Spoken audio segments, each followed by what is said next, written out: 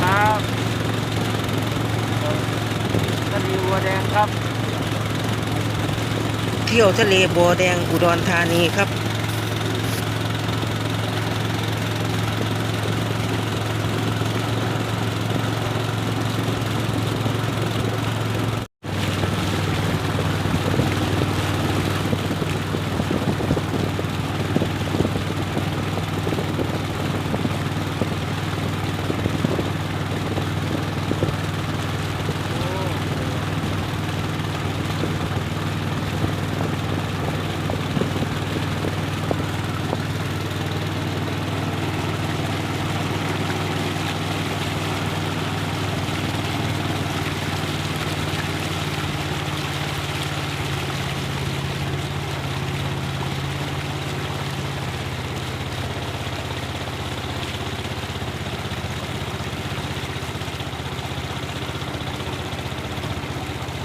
โอ้หลาย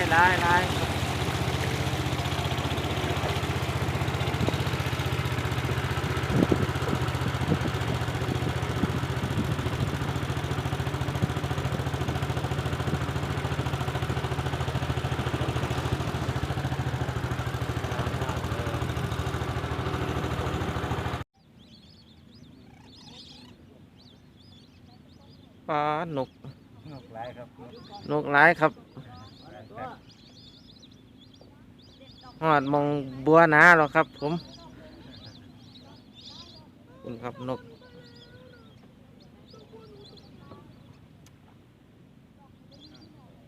กันมาสวยกับบ่มีโอกาสสิได้เบิ่งบัวบานครับต้องมาแต่เช้าครับประมาณ6 โมงเช้าหรือว่า1 โมงก็ได้ครับมาเพียไว้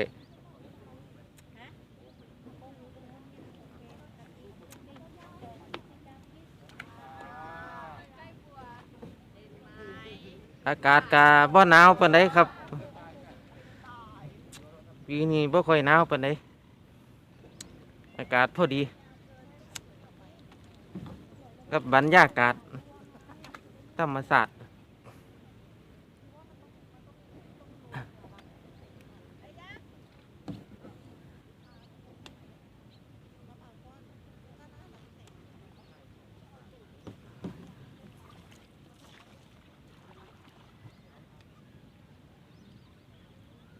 คุณน่ะพี่น้องนกหาอันนกมันหากินนั่นกินปลาพี่น้องนกหลาย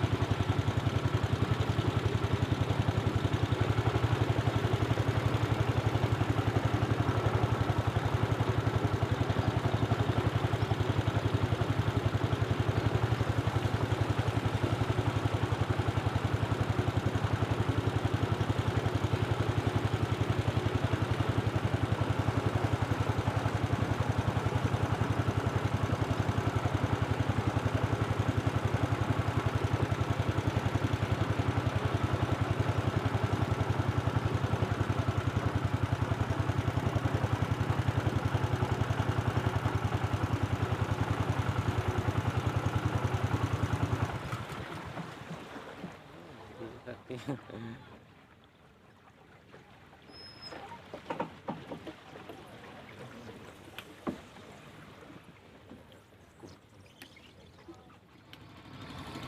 ทะเลบัวแดงครับส้มทะเลบัวแดงน้ำกันครับผมนกนกหลายหลายครับ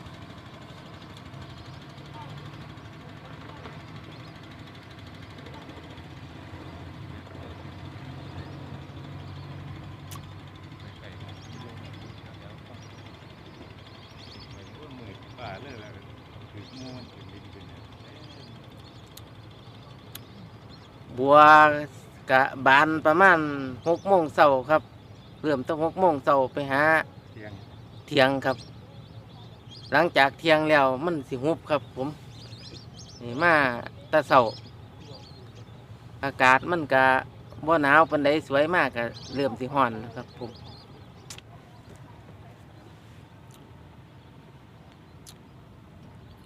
เป็นครับเรือซึมหนึ่งครับเป็น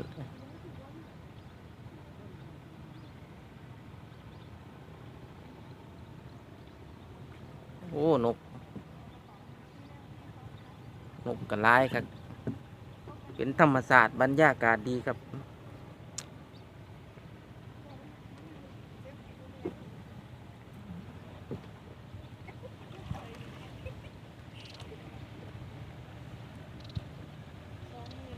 เรือกระไลายล่ำอยู่ครับ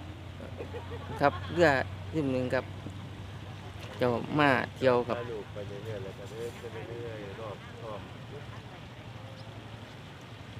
อยากมาทางใดเนี่ยครับเรือหน่อยกะล่ำเรือหน่อยหางแหลมกะล่ำละ300 บาทครับเรือทองแบนครับทุ่มนี่หลังคากะ500ครับครับทุ่มเรือทองแบนครับ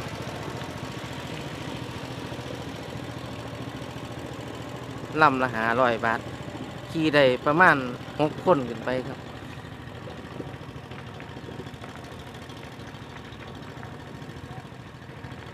เรือน้อยก็ขี่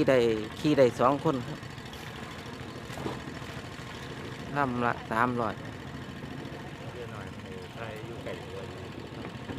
ถ่ายอยู่ไก่บัวดีครับ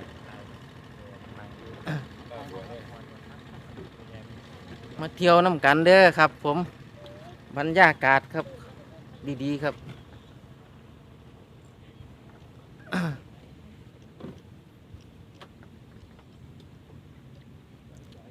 พื้นที่จักไรนี่ฮะพื้นที่20,000 กว่าไร่ครับพี่น้อง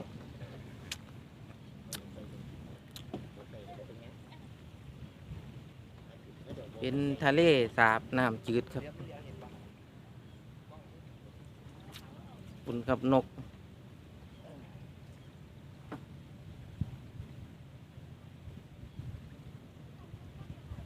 ขี่เรือกะ